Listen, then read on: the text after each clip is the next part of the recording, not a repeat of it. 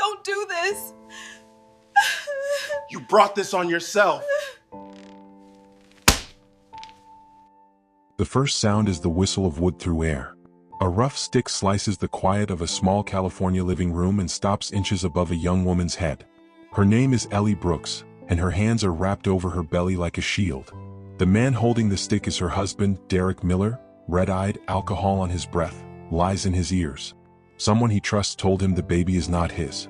He believes it. He should not. Ellie whispers, "Please, our baby," and squeezes her belly as if her arms are stronger than fear. The stick starts to fall. Cut. If you're new here, don't scroll. This story is wild. Tap like to help more people see it. Where are you watching from? Drop your city in the comments so I can shout you out in the next episode. Ready? Let's go. Before the stick and the scream, there was a small house at the edge of Los Angeles with a porch light that buzzed and a mint plant that smelled like a promise. Ellie worked long night shifts at Westview General as a nurse's aide. She was 26, soft-spoken and steady. She loved lists, grocery coupons, and the little heartbeat she had seen on a grainy screen that morning. She ate plain crackers so the nausea stayed calm.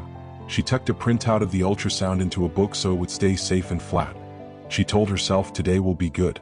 She would slow-cook chicken. She would show Derek the picture. He would hug her. That was the plan she held like a lantern in the dark. But plans can crack when someone feeds them poison. The poison had a name, Sabrina Cruz. Sabrina was sharp heels and sharp words.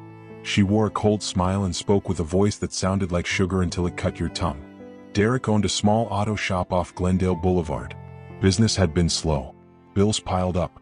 Sabrina brought coffee at closing time, laughed at his jokes, touched his sleeve and watched his pride grow thin. She whispered, "You deserve more. Someone who sees you." Then she added the seed that grew into a storm. Ellie is hiding something. She showed him fake proof on her phone. Edited messages, a blurred photo, a story told with confidence. Derek swallowed it whole. That evening, Ellie lit a candle that smelled like vanilla and rain. She set 2 plates on their small table and placed the ultrasound picture on top of a folded napkin. A tiny white dot sat in the middle of a black sea. She wanted to say, "Our miracle." She wanted to see Derek's eyes warm again. She heard a car door slam. Heavy steps. The front door opened too hard. A spray of cold air jumped into the room. Derek stood in the doorway with his jaw clenched and his fist tight around a fence post he had been using to fix a broken hinge earlier. His eyes were not calm. The smell of beer crowded the hallway behind him. Ellie smiled anyway, small and hopeful. "You're home," she said. "I made dinner. I have something too." "Whose kid is it?" Derek said. For words like rocks thrown through glass. He did not even look at the picture on the table. He looked at Ellie's stomach like it was a crime. Ellie's voice stayed soft. "Derek, listen to me. It's ours. I saw the heartbeat today. I wanted to tell you." He lifted the stick, anger red and loud. "Don't lie to me." Ellie stepped back, hands over her belly. "I'm not lying. Please. It's our baby. I love you." But Sabrina's voice was in his head, repeating a lie so often it started to feel like truth. He swung once. The stick crashed into Ellie's shoulder. Pain shot through her body like heat. She stumbled, finding the edge of the table with her hip. The ultrasound slid to the floor. The candle flickered. She said, "Stop, please. Think about the baby." Another swing. She raised her arm and took the blow with bone and skin so the little life inside her would not. Tears jumped without her permission. She backed toward the sofa, trying to make space, trying to make the room bigger than his rage. Across the street, Mrs. Patel, who loved to knit by her window, saw the shadows move wrong and heard an ugly thud. She reached for her phone. 911, she whispered. "Something's wrong at the Brooks house. Please hurry." She did not hang up. She watched. She prayed in a language older than fear. Inside, Derek's breath was heavy. Ellie's voice was tiny and brave. "We can talk. We can go to the doctor. Please." She kept one palm on her belly. In her mind she repeated, "Stay safe, little one, stay safe." The world was only 2 things now, her pain and the beat beneath her hand. She tried to move behind the couch to make him walk around it, to slow him down. He stepped over the coffee table instead. The picture on the floor caught his shoe and tore. He didn't look down. He gripped the stick with both hands. Blue lights turned the street into an aquarium glow. Mrs. Patel's front door opened and closed, and a young officer named Cole Turner jogged up the path with his partner. They heard shouting. They heard crying. They knocked hard. "Police!" Cole called. "Open the door." The knocking made Derek freeze. His eyes darted to the window, then to Ellie, then to the stick. He was a proud man whose pride had been fed by the wrong kitchen. Pride can make you brave and it can make you foolish. He made a fast, bad choice. He dropped the stick, grabbed keys, and stormed out the back door into the night like running would turn time into water and wash this away. Ellie slid to the ground, shaking. Cole and his partner came through the front with hands up, voices calm, training active. "Ma'am, are you hurt?" Cole asked. Ellie nodded but held her stomach tighter. "I'm pregnant," she said, voice thin. "Please don't let anything happen to my baby." Cole called for a medic. He saw the torn ultrasound. He bent, picked up both halves and placed them gently on the table, face up like a tiny flag of hope. At the hospital, the world smelled like antiseptic and lemon cleaner. A tech smeared cool gel on Ellie's skin. The screen lit up. For a second she could not breathe. Then she heard it, soft but sure. A heartbeat. She let out a sound that was half laugh, half sob. The doctor said, "Your baby is hanging in there, okay? You're bruised, but your vitals are stable. We'll monitor you." Ellie nodded and pressed her lips together so she wouldn't cry too hard. She whispered thank you to no one and to everyone. While Ellie lay under soft lights, Derek's phone buzzed in his pocket as he crouched in a dark parking lot 2 miles away, heart racing. Sabrina's name glowed on the screen. He answered. "It got messy," he said. "The cops came." Sabrina's voice was silk. "They won't keep you if there's no proof. You need to control the story. And if she files charges, we make sure she looks unstable." Derek didn't like the word "we," but he liked how it made him feel less alone. Sabrina texted him something new, a draft of a legal form she had found online, edited to look official. "Get her to sign this," she said. "It says she agrees to joint accounts in your name, and it limits what she can say publicly. If she's scared, she'll sign. Then we finish it later." It was a trap wrapped in paper. Across the city, in a glass tower with a view of the Hollywood Hills, 3 men sat in a late-night boardroom finishing a deal that would add 300 jobs to the city by winter. They were brothers, Caleb Hayes, Jordan Hayes, and Scott Hayes. They co-founded Hayes Works, a company that built logistics software for hospitals, food banks, and emergency crews. They grew up broke, learned code on library computers, and promised each other that money would never make them small. They were the kind of bosses who knew janitors' names and carried spare chargers. People called them the Hayes brothers with a mix of respect and rumor. When Caleb's phone buzzed, he almost ignored it. He was finishing budget notes. Then he saw the name on the screen, Cole Turner. Cole had played high school ball with Caleb. Years ago, when Caleb's car broke down on a highway, Cole, then a rookie, had helped him change a tire in the rain and refused a tip. They had stayed in touch.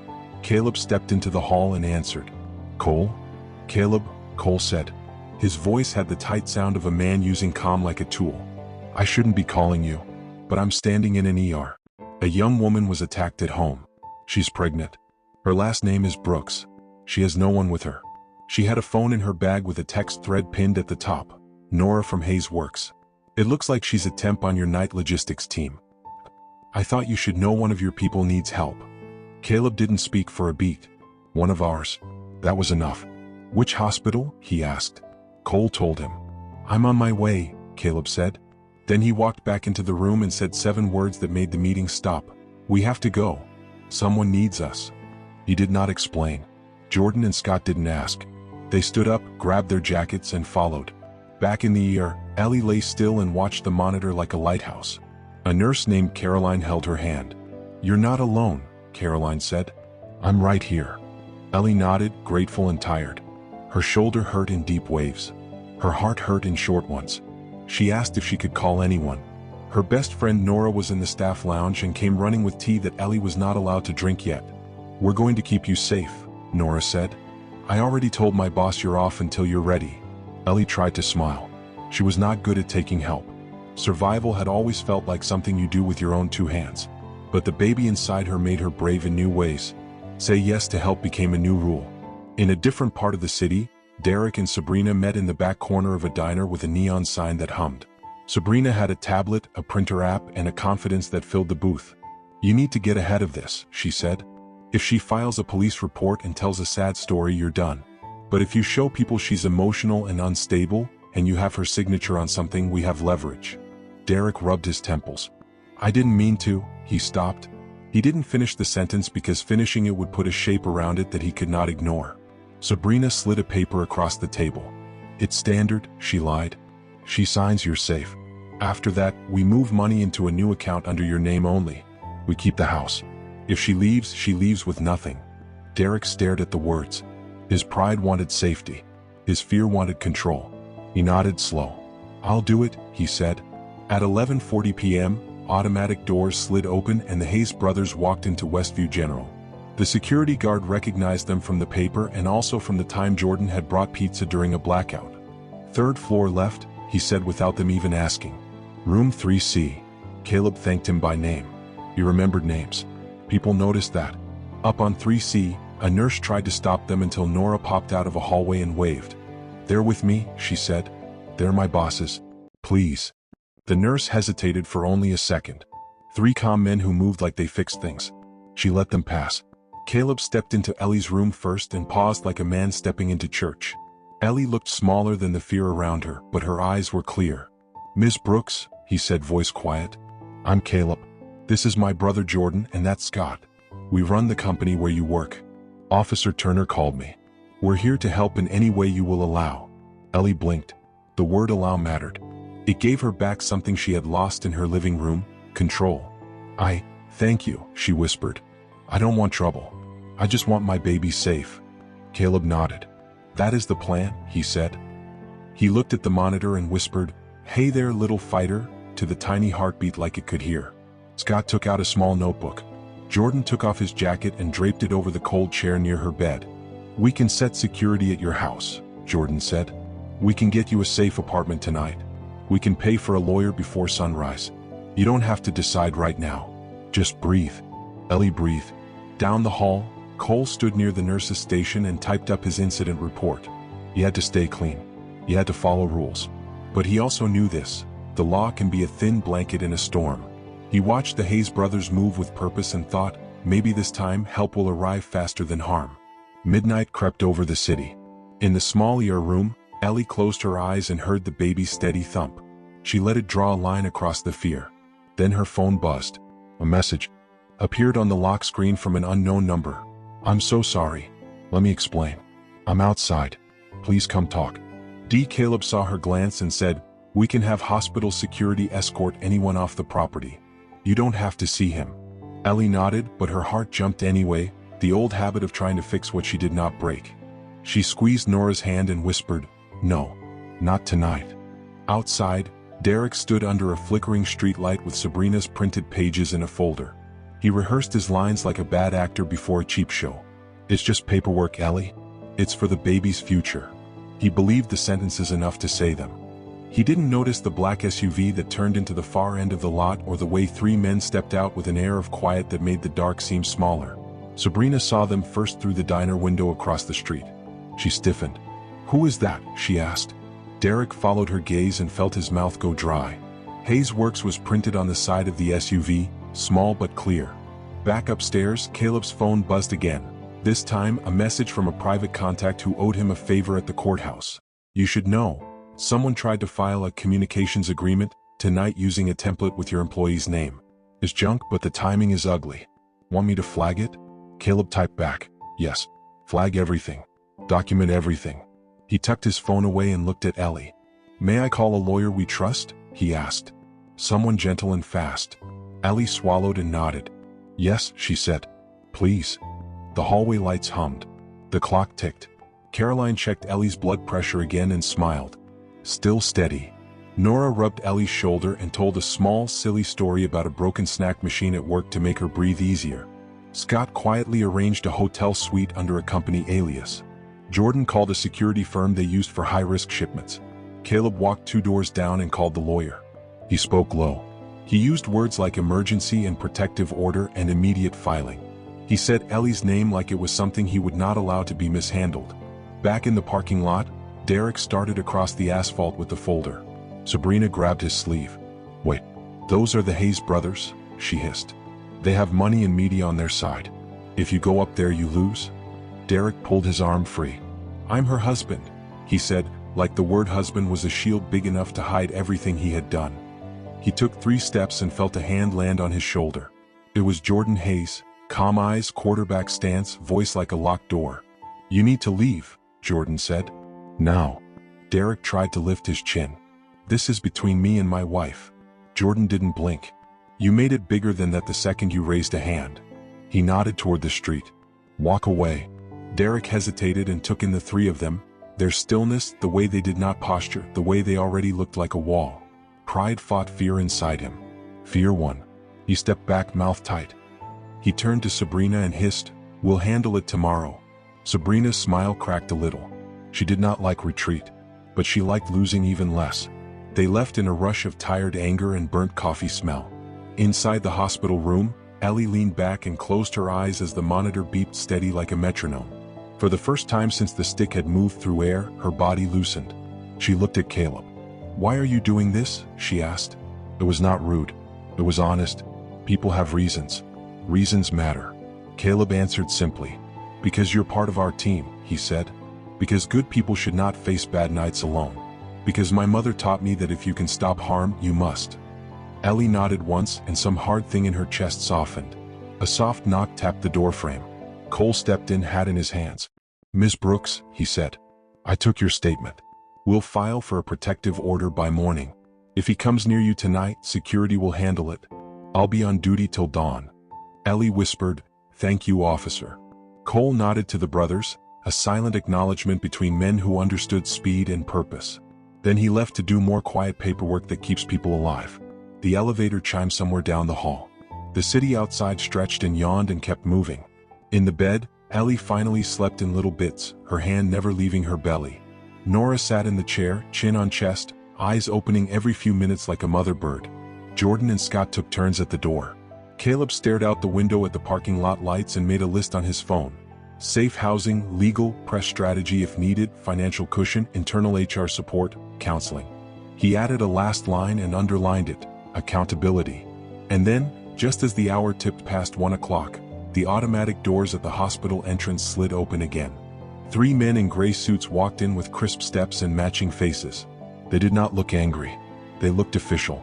They went straight to the admissions desk and asked for Eleanor Brooks in perfect, practiced voices. The clerk hesitated. One of the men slid a folder across the counter. Inside was a stack of papers with Ellie's name and a notary stamp that looked too new. At the top, immediate marital communication agreement and asset allocation. The clerk's eyes widened. She reached for the phone. Upstairs, Caleb's phone buzzed with a message from the lobby guard. "You're going to want to see this." He looked at Jordan and Scott. He looked at Ellie, sleeping, hand on the small life she would protect even when it hurt to breathe. He took a breath. He stepped into the hall. The hospital hallway at Westview General smelled of antiseptic and lemon polish. The night staff moved in steady rhythm, pushing carts of supplies and whispering updates. Room 3C was quiet except for the beeping of a heart monitor and the soft hum of a machine that recorded a baby's heartbeat. Ellie Brooks lay on the bed, her hand still protectively curled over her belly even in her restless sleep. Her shoulder was bandaged, her face pale, but her breathing had slowed into fragile rest. Just outside, 3 men stood in the corridor. Caleb, Jordan, and Scott Hayes, the Hayes brothers, were not used to being on the sidelines. They were leaders, fixers, men who built solutions with code and capital. But tonight they stood like sentinels watching the elevator. Doors at the far end of the hall. Because only an hour earlier, 3 suited men had tried to step off those doors with a stack of fraudulent papers bearing Ellie's name. The brothers had blocked their path calmly but firmly. Caleb's tone was cool, but his words cut sharp. "You walk back into that elevator. If you hand over those papers to anyone in this building, I'll see you in court tomorrow morning. Fraud charges, forgery, harassment, pick one, pick all. Either way, your night ends worse than it began." The men hesitated. Their smiles cracked just enough to show they weren't untouchable. They exchanged glances, then stepped back into the elevator. The doors closed with a soft chime. But Caleb knew this wasn't the end. People like Derek and Sabrina didn't quit. They regrouped. They planned again. Inside the room, Ellie stirred. Her eyes fluttered open and she whispered Nora's name. Her friend leaned forward quickly. "You're safe," Nora murmured. "We're all here." Ellie's gaze drifted to the brothers in the doorway. She tried to sit up, grimaced from the pain, then pressed her palm harder against her belly. I heard voices," she said weakly. "What happened?" Jordan stepped closer. "Some men came with papers. They wanted to make you sign away your rights. We stopped them. They won't bother you tonight." Ellie's eyes widened, fear cutting through the medicine haze. That's Derek. That's Sabrina. She knows how to twist things, make them look legal. Caleb raised a hand gently. Then we untwist them. We've already contacted a lawyer we trust. By morning, those papers will mean nothing. For the first time since the beating, Ellie let out a shaky breath that wasn't laced with panic. Across town, in a sleek downtown apartment lit by neon glow, Sabrina Cruz paced with a glass of wine in her hand.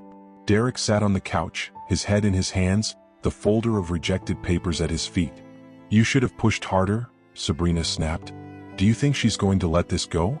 She'll press charges. You'll lose everything. And then where does that leave us? Derek rubbed his temples. They were there. The Hayes brothers. All three of them. They're protecting her. Sabrina froze. The Hayes brothers? As in Hayes Works. Derek nodded slowly. Yeah, Caleb Hayes himself. They stood in the hallway like they owned the hospital. Sabrina's face tightened. She knew the Hayes name well. 3 CEOs with deep connections, men respected in courts and communities. This wasn't good. But she wasn't the type to back down. Instead, her mind sharpened. Then we go bigger, she said. If she wants to play victim, we paint her unstable. We leak a story to the press. Pregnant wife lashes out at husband, police involved, witnesses unreliable. If the Hayes brothers want to protect her, we drag their company name into scandal. Derek looked up, guilt and fear battling in his eyes. Sabrina, this isn't a game. She's carrying my child. Sabrina leaned close, her red lips curling into a cruel smile. Correction, she's carrying your weakness. And I'll burn her down before I let her ruin us. Back at the hospital, Caleb sat with his laptop open on the window ledge, typing quickly. Scott was on the phone with their head of PR, explaining only enough to prepare for fallout, get ready for rumors and be ready to bury them with facts. Jordan paced, his arms crossed, running scenarios like a chess player. Caleb looked up. By morning, Derek will try something new. Sabrina won't let this die quietly. So we stay ahead. Step 1. Secure Ellie legally. Step 2. Move her somewhere safe. Step 3. Expose Sabrina before she can strike. Jordan stopped pacing. Expose how? Caleb turned his screen toward them. On it was a series of screenshots Cole had quietly sent, text messages Sabrina had fabricated and sent to Derek, alongside timestamps that didn't match. Digital fingerprints, sloppy but powerful if handled right. Scott smirked. She thought she was clever. She left a trail. Jordan's jaw tightened. We can't just bury them. We have to hit back. Publicly. Make sure no one believes her lies when she tries to smear Ellie.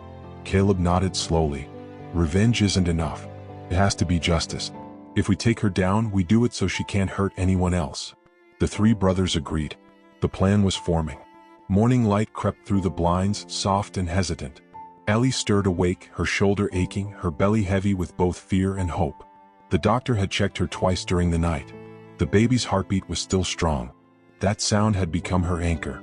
She blinked at the sight of the brothers still in the room. Caleb dozed lightly in the chair by the window. Jordan leaned against the wall, arms folded, and Scott sat with his laptop open, typing notes. She swallowed hard. Why are you still here? Jordan opened his eyes, straightened. Because last night proved Derek won't stop. And because no one should face this alone. Tears welled in Ellie's eyes. I don't even know you. Why would you care? Caleb leaned forward, his voice steady. Because one of our employees called you her friend. Because I believe people deserve better than betrayal and broken bones. And because when men like Derek and Sabrina rise on lies, good people have to push back. Ellie nodded slowly, tears slipping down her cheeks. For the first time in months, she felt something she thought she had lost, strength. Not just her own, but borrowed strength from those standing beside her. By 9 a.m., the Hayes brothers had arranged everything. A private lawyer named Daniel Foster met them at the hospital, calm and professional. He sat with Ellie, explained her rights, and began drafting protective orders. He promised court filings by noon. Meanwhile, Scott confirmed a secure penthouse suite in a Hayes-owned property, with private guards stationed at the doors. Nora packed Ellie's essentials from her house, escorted by security. Derek would not come close again. But even as Ellie prepared to leave the hospital under new protection, her phone buzzed again. A text flashed across the screen and signed but clear. You can't hide behind them forever. You're still mine. D. Ellie's hands shook. Caleb took the phone gently, his jaw tightening as he read. He looked at Jordan and Scott. He just made his biggest mistake. Threats over text? That's evidence. Jordan cracked his knuckles. Good. Because when we walk into court, I want him to see her surrounded, not by fear but by an army. At that exact moment, on the other side of Los Angeles, a reporter opened an email sent anonymously from Sabrina's account. Attached were blurry photos, fake messages, and a headline Sabrina had written herself. Pregnant nurse attacks husband in drunken rage, hospital cover-up alleged. The reporter's eyes widened. This was a story that would spread like fire. And as Ellie prepared to step out of the hospital under the Hayes brothers' protection, the first whispers of that poison headline began moving toward her like a storm she couldn't yet see. The storm was no longer just inside the Brooks home, it was spreading into the city, into the media, into spaces Ellie Brooks could not control. When she stepped out of Westview General that morning with Nora holding her arm and the Hayes brothers flanking her like quiet guardians, the cool California sun felt like a lie. She thought freedom would smell like fresh air. Instead, it smelled like gasoline waiting for a spark. Caleb opened the SUV door and offered a hand to steady her. She slid inside, pressing one hand against her belly as if her baby could sense the tension around them. Nora followed, clutching a small duffel bag. Jordan and Scott took seats opposite, their phones already buzzing with updates. Caleb gave a short nod to the driver and the car pulled away from the curb. Ellie leaned her head against the window and closed her eyes, but peace lasted only seconds. Scott's phone lit up with a news alert. He read silently at first, his jaw tightening, then passed it across the seat. The headline was bold and venomous. Pregnant nurse attacks husband in drunken rage, hospital cover-up alleged. Beneath it were distorted photos, one of Ellie's face swollen from bruises, framed as if she had been in a brawl, and another doctored image of her holding a bottle she had never touched. Ellie saw it and gasped, pressing her hand to her mouth. No, that's not true, she cried, her voice breaking. Nora pulled her into a half embrace. Don't look at it. They're lying. But Ellie shook her head violently. Everyone will see this. My patients, my boss, the neighbors, they'll believe it. Derek always knew how to twist things. Tears streaked down her face, hot with both fear and shame. Caleb leaned forward, his eyes steady. Ellie, listen to me. Lies burn fast, but they also burn out. Truth lasts longer. We're going to clear this. But we have to be smart. Jordan scrolled further into the article. It says anonymous sources confirm the story. Anonymous? That's Sabrina feeding poison. He looked up, fury simmering under his calm. They're going after her reputation because they can't control her body anymore. Scott set his laptop on his knees. I can run forensic checks. We'll trace the upload back to the sender, lock down the article as false. But the damage is already rolling. He turned the screen for Caleb. See this? Dozens of shares already. People love scandal more than truth. Caleb clenched his fists once, then released them slowly. Then we'll give them a bigger story, one that swallows Sabrina whole. The SUV parked underground beneath a Hayes-owned high-rise, a building with tinted windows and private elevators. The brothers escorted Ellie and Nora upstairs to a penthouse suite. Inside, the air was cool, the furniture simple but secure, and guards posted discreetly at the doors. For Ellie, it felt like another hospital, just without the smell of medicine. She sat on the couch, her shoulders slumped, whispering, I didn't want any of this. I just wanted a family. Her voice cracked on the word family. Caleb crouched in front of her. You still have one. It just doesn't look like what you thought. He glanced back at his brothers. For now, you have us. Meanwhile, across town, Derek slammed the same article onto Sabrina's glass table. What the hell is this? He demanded. You told me it would protect me, not turn me into a headline. Sabrina sipped her coffee slowly, her smile sharp. Headlines don't protect, they distract. People won't focus on you hitting her if they think she hit you. Perception is power, Derek. Let me handle it. Derek shook his head, guilt threading through his anger. I didn't want it like this. I lost control. But she's carrying my child. Sabrina's smile faltered. And that's why she's dangerous. She'll always have a piece of you. Unless we take it away. Derek froze at the implication. What do you mean? Sabrina leaned forward, her eyes gleaming. Accidents happen. Stress, false complications. If she loses the baby, she loses her leverage. Then you're free. Derek recoiled, his face pale. You're insane. Sabrina stood, heels clicking. No, Derek. I'm necessary. You're too weak to finish what you started. That's why you need me. Back in the penthouse, Ellie clutched her belly tighter. She had overheard fragments of the brothers' whispered conversations, words like injunction, smear campaign, press conference. Sounded heavy like legal weapons she didn't know how to carry. She whispered to her baby, "I'll protect you. I don't care if the world hates me. I'll keep you safe." Nora sat close beside her, nodding softly. "You're not alone anymore. Stop thinking you are." The Hayes brothers gathered in the next room, voices low but urgent. Scott projected data on the screen. A map of IP addresses, timestamps of the article upload, and connections that circled back to Sabrina's condo. "She's sloppy," Scott said. "Arrogant. Left enough traces for me to prove she's behind the leak." Jordan tapped his finger on the table. "Then we use it. Expose her before she can launch the next attack." Caleb shook his head. "Not yet. If we go public too soon, she'll twist it again. We need Derek to show his hand.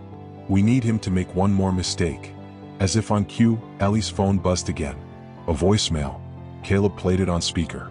Derek's voice spilled into the room, rough and desperate. "Ellie, I didn't mean for it to go this far. Sabrina, she's making me do things. Please meet me tonight. Just you and me. No cops, no lawyers. We can fix this. I'll make it right." The message ended with static. Nora rolled her eyes. "That's a trap." Jordan agreed. Classic isolation tactic. He wants to get her alone. Caleb, however, heard something else. The tremor in Derek's tone, the fracture of fear. "He's unraveling," Caleb said quietly. "That means Sabrina's control is slipping.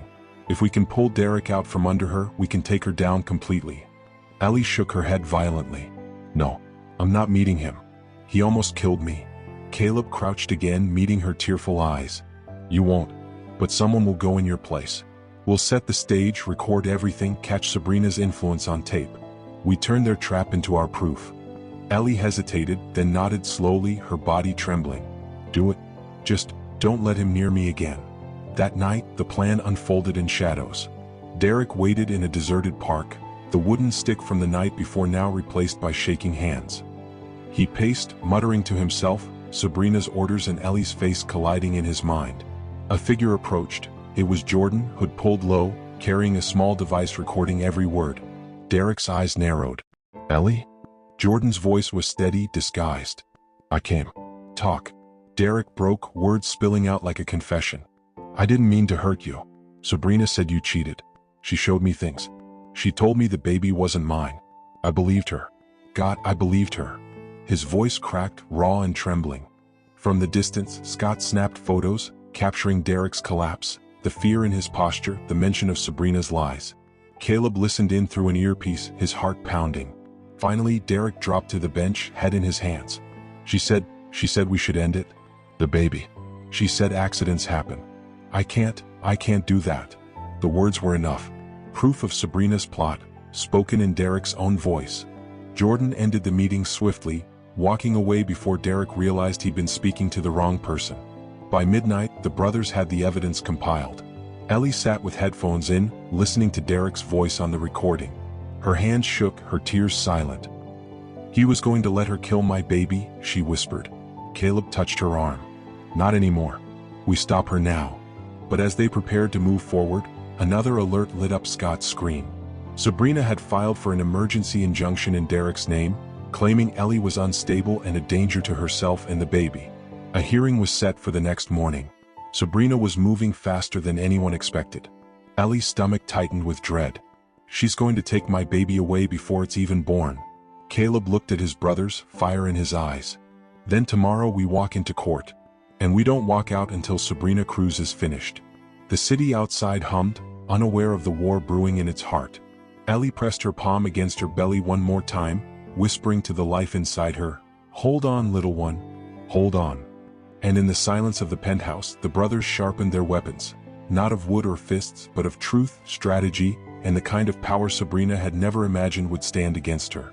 The courthouse stood tall against the pale California morning sky, its stone pillars casting long shadows across the busy steps. Reporters clustered near the entrance like vultures, their cameras ready, microphones stretched out to anyone who looked important. The headline Sabrina had fed the press still burned on everyone's lips. Pregnant nurse attacks husband in drunken rage, and Ellie Brooks felt the weight of every stare as she was escorted from the black SUV into the courthouse.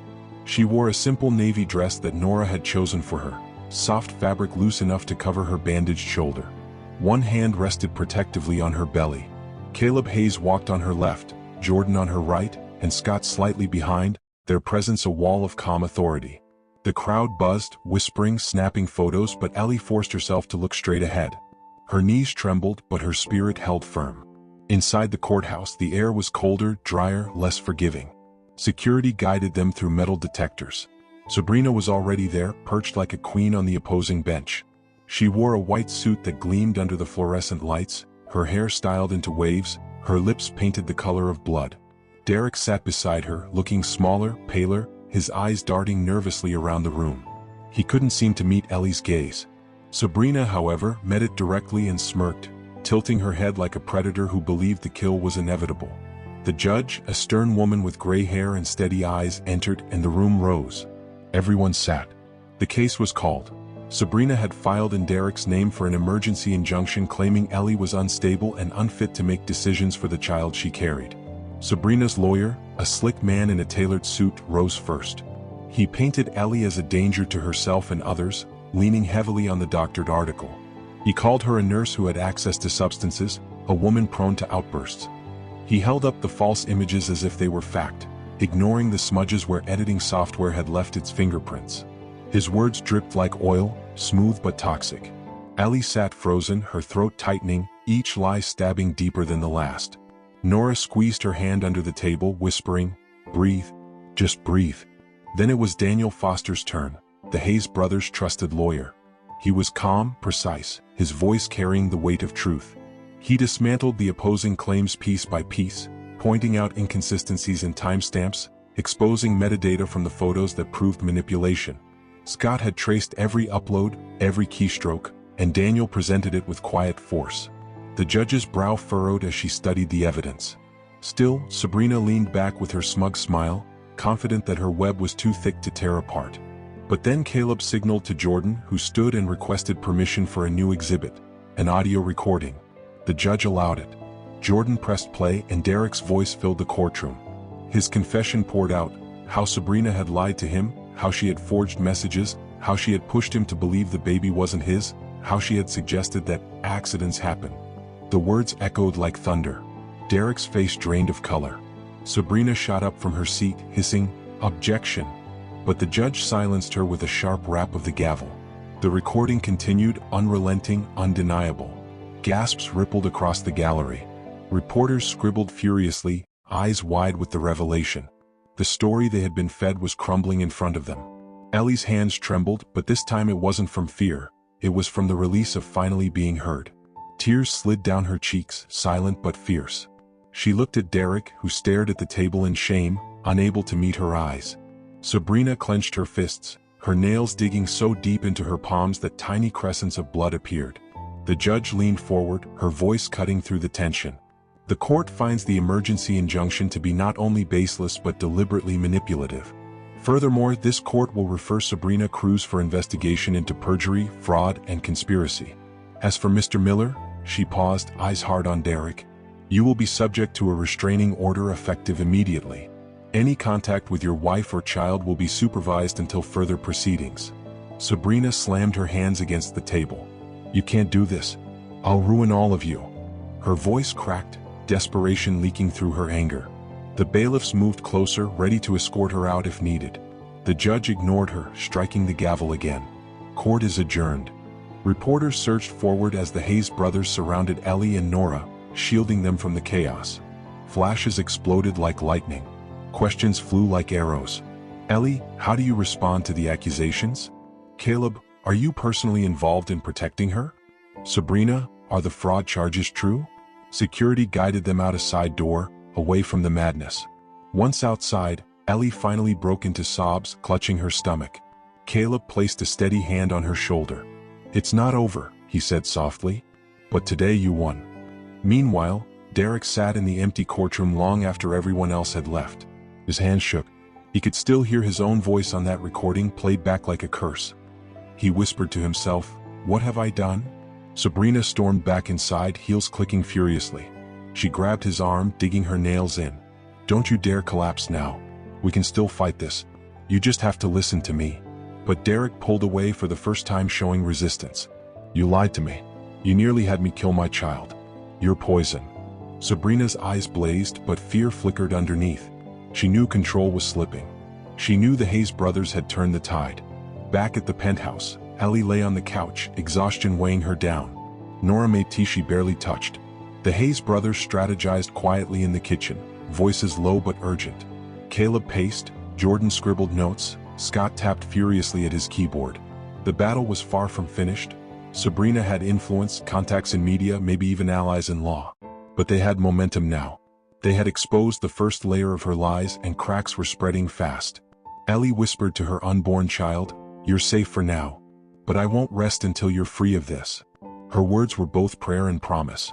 She looked toward the window where the city lights flickered like stars scattered across concrete. Somewhere out there, Sabrina was already plotting her next move. Ellie knew this wasn't just a fight for her baby. It was a war for truth, and she was no longer fighting it alone. But then Caleb's phone buzzed with a new message. He read it once, then twice, his face tightening. He showed it to his brothers. The message was anonymous, sent from an encrypted source. It read, "You think you've won, but you don't know the half of it. If Ellie keeps pushing, something worse will happen. Something she won't survive. Sabrina." Caleb's jaw locked. He looked at Ellie, sleeping lightly on the couch, her hand resting on her belly. His voice was low, determined, almost a vow. She just declared war. The night outside grew darker, the city's hum hiding secrets and dangers. In a quiet penthouse, three brothers sharpened their resolve, and a pregnant woman clung to hope. The story wasn't ending, it was only turning sharper, deadlier. And somewhere in the city, Sabrina Cruz stood in front of a mirror, smiling coldly at her own reflection, already planning her next strike. The night after the courthouse felt heavier than any Ellie Brooks had known. The city outside glowed with restless light, but in the penthouse, silence ruled. She lay awake on the couch, one hand on her belly, her thoughts circling the same truth. Sabrina Cruz would not stop. Winning one battle in front of a judge only made the war more dangerous. Sabrina's last message echoed in Caleb Hayes' mind, "You don't know the half of it." It wasn't a bluff. Caleb had dealt with enemies before in business and politics, but Sabrina was different. She was reckless, desperate, and armed with the kind of rage that destroys without caring what burns with it. Jordan returned from a call with their legal team. His jaw was tight, his voice low. Sabrina still has contacts at 2 media outlets. They're preparing follow-up stories. She's feeding them angles about corporate corruption, saying Hayes Works is interfering in her personal life to cover for an unstable employee. If those stories drop, our name will be dragged with hers. Scott looked up from his laptop, his eyes burning from hours of digging. "I traced her encrypted messages. She's not alone. She's working with a group of fixers, people who specialize in dirty leaks, falsifying records, burying real evidence. She's paying them through offshore accounts. She's not bluffing when she says something worse will happen. She has the network to pull it off." Caleb stood by the window, staring at the city lights. His reflection looked back at him, grim and determined. "Then we end this tonight. She thinks she can play in the shadows. Fine. We'll drag her into the light." He turned, his eyes hard as steel. "We go on the offensive. Not just defense. Sabrina's power comes from lies. We take away her ability to lie." Ellie sat up slowly, exhaustion written across her face. "What if she comes after me directly? What if she tries again?" Her voice trembled, but her eyes held a fragile strength. Caleb moved closer, crouching in front of her. "She already tried. She already failed. And this time she doesn't face you alone. She faces us." Ellie's lips quivered as she whispered, "I don't want my baby to grow up in fear." Caleb shook his head. "Your baby will grow up safe. That's not a promise, it's a guarantee." The plan came together in fragments through the night. Scott pulled every piece of digital evidence he had collected. Sabrina's false metadata, her doctored photos, her trail of offshore payments. Jordan coordinated with trusted journalists, ones who had never taken Sabrina's bait, feeding them truth ready to be published. Caleb arranged a quiet but powerful press conference, set for the next morning at Hayes Works headquarters. They would not only clear Ellie's name but also expose Sabrina's network of fraud in front of the world. But even as the brothers planned, Sabrina was planning too. In her downtown condo, she poured herself another glass of wine, pacing in a white silk robe. Derek sat slumped in the corner, silent, broken, no longer fighting but too weak to leave. Sabrina's eyes burned with rage. "They humiliated me in court. They made me look like a liar. If they want a war, I'll give them one. She dialed a number on her phone. Tomorrow, before Hayes stands on his little stage, I want that nurse dragged through the mud so deep no one will believe her. Leak the photos, all of them. And send the video. The man on the other end hesitated. It's risky. The video's messy. Sabrina snapped. Do it. Risk doesn't scare me. Losing does. She hung up, her smirk returning as she whispered to herself, by the time I'm done, Allie Brooks will wish she never opened her mouth. Morning came with a bitter chill. Outside Hayes Works headquarters, reporters gathered in thick clusters. The air crackled with anticipation. Caleb, Jordan, and Scott walked with Ellie and Nora through the private entrance. Ellie wore a soft cream dress, simple and modest, her hair pulled back, her face pale but resolute. Caleb took the stage first, cameras flashing like lightning. His voice carried steady through the microphones. We are here today to address lies that have harmed one of our own. A false story was spread that painted Allie Brooks, a nurse, as violent and unstable. This story was fabricated by Sabrina Cruz. Gasps rippled through the room. Sabrina's name hit like a spark. Caleb continued. We have evidence. We have recordings. We have digital proof of fraud, forgery, and conspiracy. And today we will share it all. Jordan stepped forward, holding a small USB drive. He plugged it into the projector, and the screens lit up with documents. Timestamps that proved Sabrina's edits, offshore payments to her hired fixers, Derek's recorded confession admitting she lied and encouraged harm. The crowd erupted. Reporters shouted questions, cameras zoomed in. Allie sat in the front row, tears slipping down her cheeks as her truth finally cut through the noise. Nora held her hand, whispering, "They can't bury you anymore." But then, just as the room reached its peak, Sabrina herself appeared. She strode into the conference hall with her lawyer, cameras whipping instantly toward her. She wore another flawless suit, her face painted with false calm. "Lies?" she shouted, her voice echoing across the room. "This is a smear campaign. They're fabricating evidence to protect a violent woman. They're using their power and money to destroy me because I wouldn't bow to them." The chaos surged. Reporters scrambled, torn between two sides of the story. But Caleb did not flinch. He raised a hand and the room quieted. Then he pressed another button on the projector. Derek's face appeared on the screen, recorded the night in the park. His voice rang out clear and broken. "I didn't mean to hurt you. Sabrina told me lies. She told me the baby wasn't mine. She said accidents happen. She wanted me to end it." The room fell silent.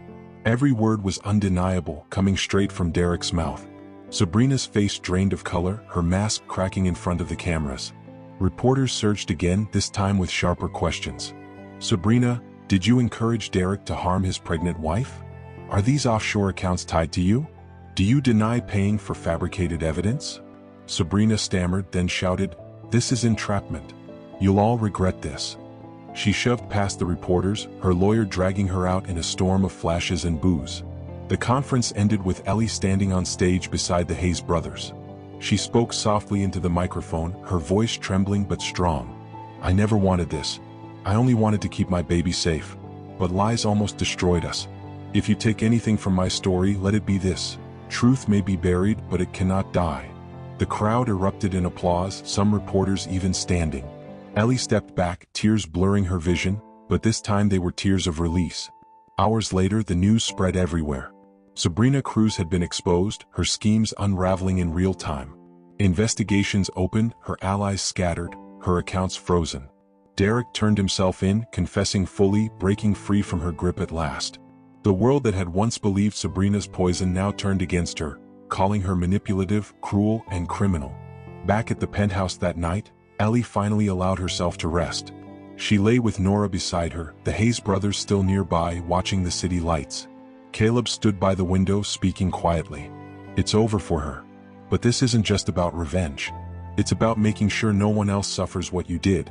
Ellie nodded, her hand on her belly, feeling the gentle flutter of life inside. "You gave me back my voice. You gave my baby a future." Caleb met her eyes, his voice firm. "No, you gave it to yourself. We only stood beside you." Outside, the city was alive, but in that penthouse, peace finally settled like a fragile gift.